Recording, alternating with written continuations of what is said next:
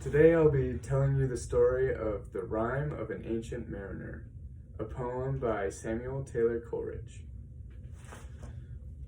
So basically this poem is set in Scotland. It's at a wedding at a kirk. That's what they call our churches there, or at least some churches. And our two main characters are the mariner, who has a gray beard and a glittering eye, and the wedding guest, who he tells his story to. So basically it starts out with the mariner being like, "Hey, can I tell you a story?" And the wedding guest is like, "Unhand me, you graybeard loon." And then the mariner is like, because he has a glittering eye. And then the guest is like, "Shit, okay, tell me the story." And then the mariner's like, "Well, I was on a boat with my ship and crew, and we were going to an undefined location, and it was going really well. We were just like leaving Scotland when this giant gust of wind blew us down to the South Pole." And the guest is like, "Damn, that sucks." And the mariner's like, "Yeah, it did suck. It was like super foggy and misty and cold down there. Like there was hoarfrost on the mast and the icebergs were green." And the guest is like, "Fuck, that sucks." And then the mariner's like, "Yeah, but then an albatross came and we were all like, yes, that is a sign from God." And the albatross just kind of hung out and we loved it. And then the guest is like, "That's great. Sounds like everything turned out super well. Thank you for the story. I'm gonna go in now." And then the mariner's like, "Actually, no, the story's not done. Because I shot the albatross. I killed it." It's like, why did you do that? I don't know.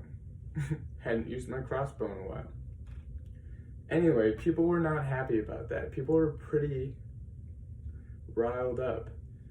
But then they came around and they were like, maybe it was good that you killed that albatross because he came from the fog, so maybe he was actually a bad omen. And people were just starting to like talk to me again. And then the wind stopped and we entered the silent seas and the sun was beating down on us and it parched our lips. And we were so thirsty and we couldn't talk because our mouths were so dry, and we wanted water, but we didn't have any, even though there was ocean water all around, but it was too salty to drink, obviously. So we were dying out there, and it sucked. The guest is like, "Bro, what?" It's like, "Yeah, it was it was pretty bad." But then we saw this thing in the distance, but none of us could say anything because our mouths were so dry. So I bit my arm. I like just sucked the blood right out of my arm just to get some liquid in there so I could talk. And I was like, "That's a ship," because no one else was saying it. And we were all super excited. It was like, sick, a ship. Like, we're good now. But we got closer, and the ship was not normal, because it had like cobwebs for sale. It was like cobwebs, and there were only two people on the boat, and it was death and life and death. So it was like, is this even real? Like, this seems like a metaphor. This seems like, are we in heaven or something? Like, what is this, limbo, judgment day? I don't, what's going on? Anyway, they were playing a game of dice, and death was a lot better than life and death. Basically, he won everyone else's life except for mine. So everyone on the boat died like a pretty gruesome death. And then there were like light forces, and they just went up into the sky, and I was left on the boat. Excuse me?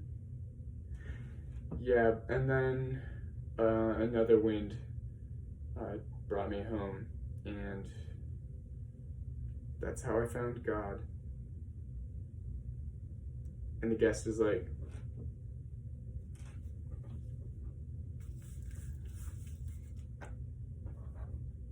okay.